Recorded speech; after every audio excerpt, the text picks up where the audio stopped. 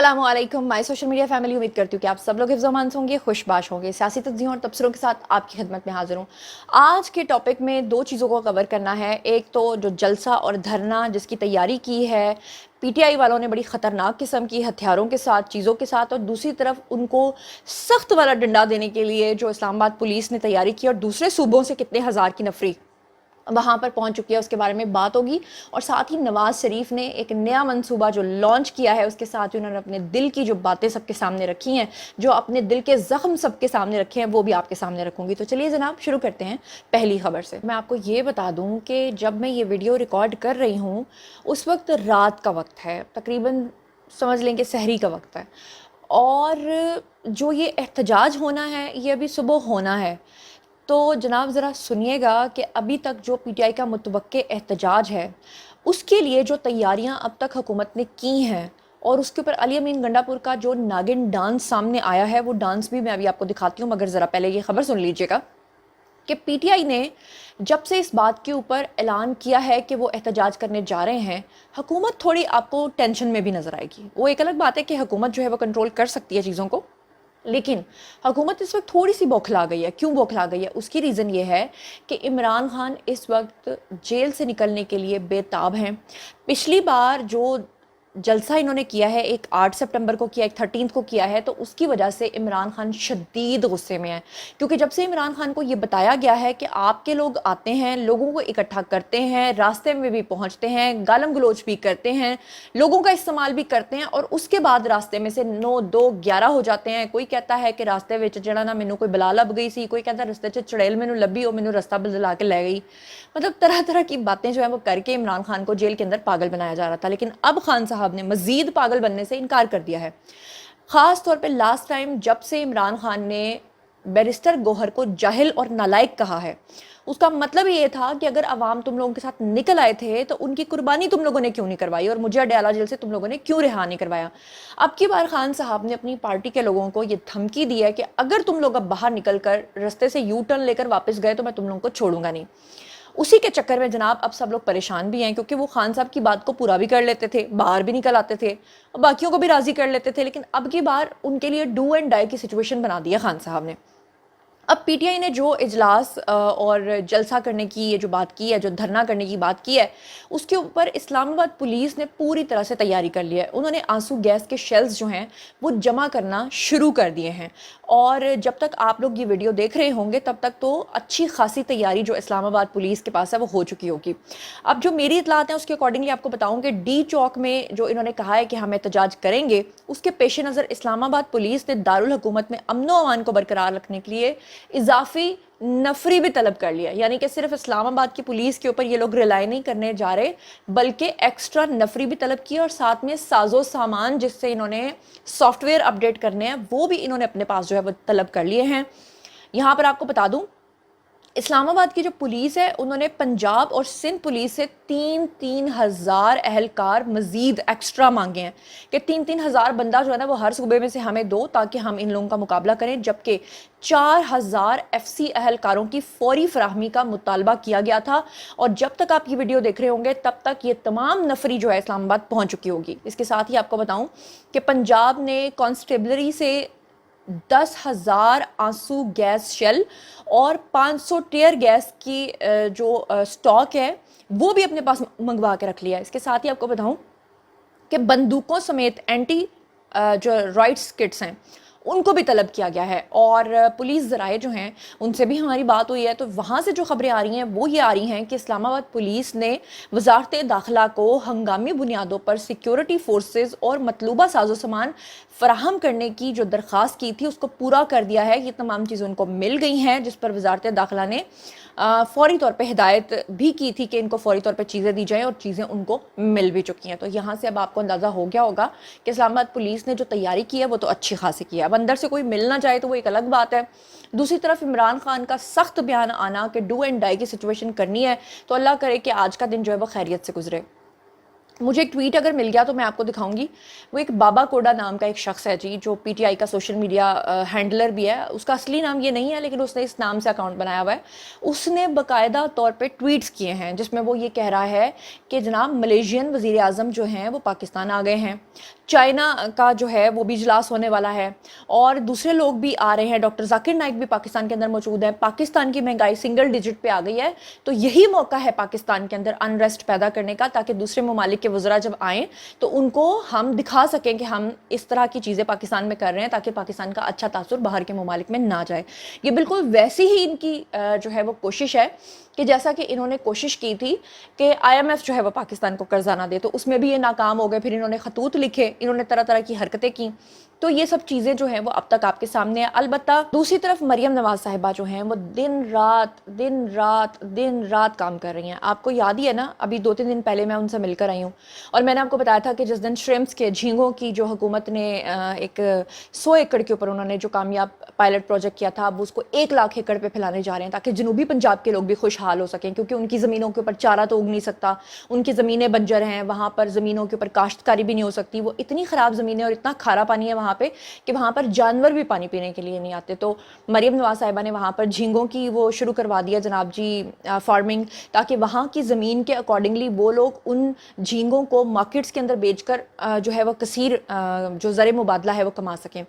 तो अब ऐसे में मरियम नवाज़ जो हैं वो इनाग्रेशन पे इनाग्रेशन, इवेंट्स पे इवेंट्स, तरह तरह के वो जो है ना लॉन्च कर रही हैं मंसूबे, और नवाज़ शरीफ को वो ऐसे मौके पे नहीं भूलती हैं, नवाज़ शरीफ को वो सामने लेकर आती हैं। तो नवाज़ शरीफ जो हैं वो जनाब अली क्या करते हैं कि अब की बार उन्होंने फिर से अपना दिल हल्का किया, अब की बार उन्होंने फिर भी अपने दिल के फफोले जो हैं वो सबके सामने रखे, कुछ गिले शिकवे भी किए। और नवाज़ शरीफ जो पिछले काफ़ी अर्से से कुछ नाराज़ दिखाई देते हैं, उसकी रीज़न भी ये है कि उनको लोगों से गिला है कि इतनी खिदमत के बाद भी अगर उनको ये सिला मिले तो क्या मतलब ये क्या है। अच्छा, अब नवाज शरीफ साहब ने जो स्पीच की है उसके जो चंद एक अहम निकात हैं वो मैं आपके सामने रख देती हूँ। सबसे पहले तो उन्होंने ये बात की जो मैं अपने व्लॉग में आपको कब से बताती आ रही हूँ कि इमरान खान, अली अमीन गंडापुर और ये जरताज गुल टाइप के जो लोग हैं, ये चाहते हैं कि खैबर पख्तूनख्वा की लड़ाई जो है वो पंजाब के साथ हो जाए, सूबों को आपस में लड़वाना चाहते हैं। और वही बात नवाज शरीफ ने मिनवान की। उन्होंने कहा, क्या तुम पंजाब और खैबर पख्तूनख्वा की लड़ाई करवाना चाहते हो? और PTI क़यादत के ऊपर उन्होंने खुल के तनकीद की। क्या कुछ उन्होंने कहा मैं आपको बताती हूँ। मुस्लिम लीग नून के सदर हैं जी, और साबिक वज़ीर आज़म हैं जी नवाज़ शरीफ। साबिक तो नहीं है, वो हम सब के दिलों के वज़ीर आज़म है, सच्ची बात तो ये है। और जो कुछ उन्होंने पाकिस्तान के साथ किया है ना, वो उन्होंने एहसान किया है। ये जो कहते थे ना कि सड़कें बनाने से जो है ना और पुल बनाने से कौमें नहीं बनती, तो नवाज़ शरीफ ने हर घर में रोटी पहुंचाई। अल्लाह के बाद अल्लाह ने तो सबको रिस्क देना है, लेकिन अगर आप किसी पार्टी का काम देखना चाहते हैं तो सिर्फ नवाज़ शरीफ का काम देख लें, बाकी सारी पार्टीज़ आपको फारिग नजर आएंगी। अगर आप सिंध से मेरा व्लॉग देख रहे हैं तो आप सिंध का और यहाँ पंजाब का कंपैरिजन करके देख लें, आपके सामने आ जाएगा कि इन्होंने आज तक कितना काम किया।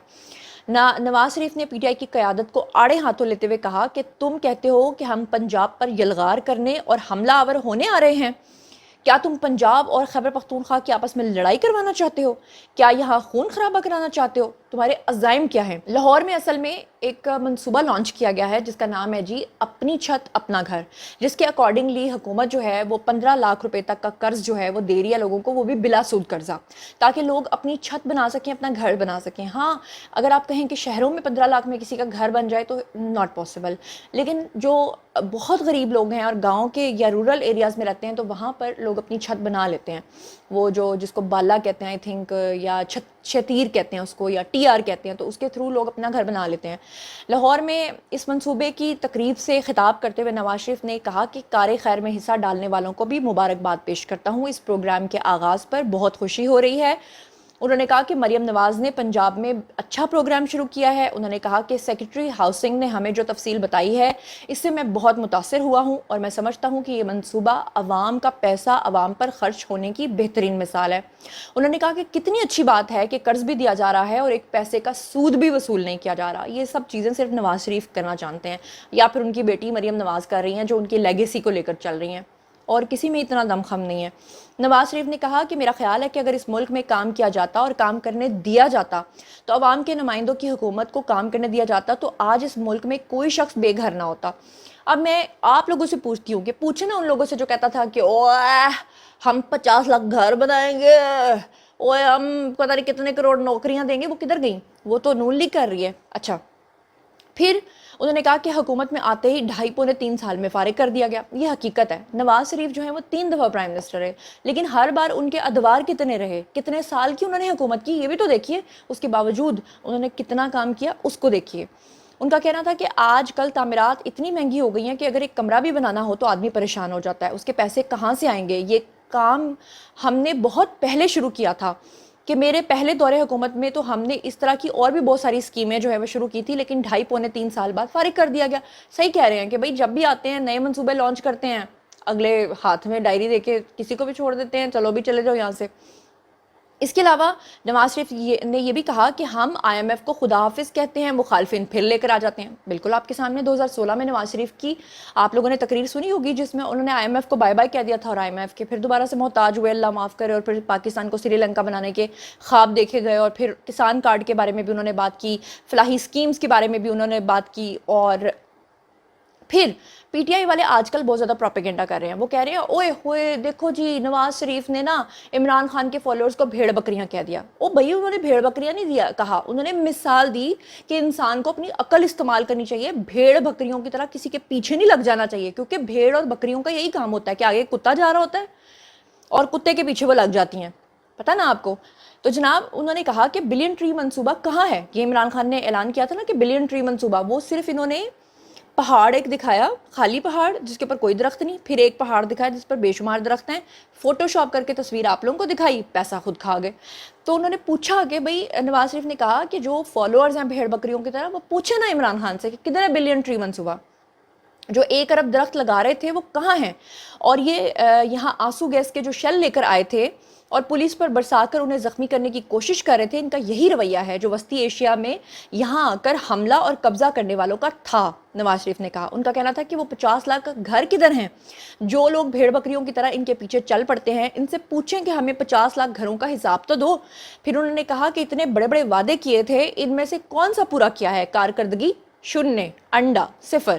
پھر انہوں نے کہا کہ ریاست کے ستونوں نے ریاست کو نقصان پہنچایا۔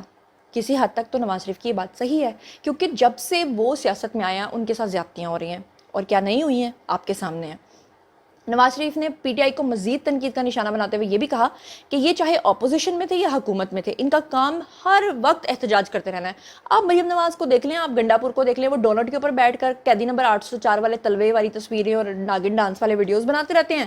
ادھر آپ مریم نواز کو دیکھ لیں جو شرمس کو لے کر اور جھینگوں کو لے کر اور پنجاب کو لے کر اور جنوبی پنجاب کو لے کر، اسکولوں کو لے کر، اسکول میں بچوں کے نیوٹریشن کی کمی کو دور کرنے کے لیے دودھ کے پیکٹس کو دینے تک، اور پتہ نہیں کیا کیا منصوبے وہ بنائی جا رہی ہیں۔ وہ خاتون اتنی محنت کر رہی ہیں کہ آپ کے سامنے ہیں۔